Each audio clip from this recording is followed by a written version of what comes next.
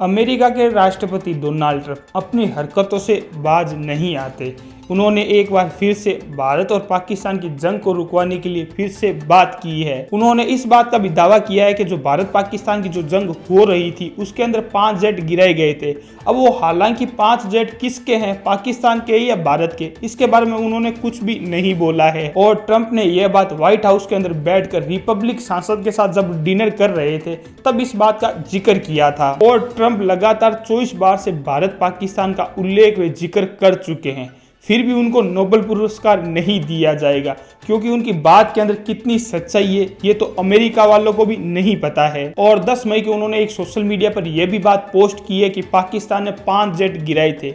अब ये 5 जेट गिराए थे इसके उनके पास कोई सबूत भी नहीं है, सिर्फ हवा के अंदर ही दावे किए गए हैं और ये दावे सारे झूठे हैं। और कांग्रेस वालों को इसका एक सवाल पूछने को मिल गया। भारत वालों ने साफ साफ ये बात बोली है, अगर आपने 5 जेट गिराए हैं तो उसका हमें मलबा लाकर हमारे सामने शो कीजिए, हम इस बात का एविडेंस जरूर देंगे।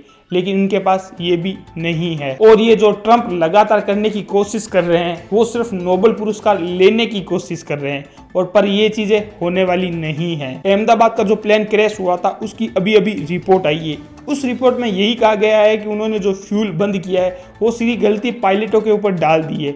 इसके ऊपर अमेरिका ने भी एक सलाह दी है। अमेरिका ने यह बात बोला है कि अभी भारत को पूरी जांच करने दीजिए, अभी उनकी पूरी जांच नहीं हो पाई है, ये सिर्फ अटकलें ही लगाई जा रही है और अटकलों के हिसाब से हम कोई भी रिपोर्ट नहीं प्रस्तुत करने वाले हैं। 3 दिन जो पहले जो रिपोर्ट आई थी उसके अंदर यही दावा किया गया था कि जो पायलट है उन्होंने फ्यूल के स्विच को ऑफ कर दिया, लेकिन ये बात झूठी थी। अगर उन्होंने फ्यूल का स्विच ऑफ कर दिया तो 3 सेकंड बाद ही उन्होंने फ्यूल का स्विच वापस से ऑन क्यों किया। दरअसल 12 जून को ही अहमदाबाद का प्लेन क्रैश हुआ और ये क्रैश होकर सीधा हॉस्पिटल की छत के ऊपर जाकर गिर चुका था।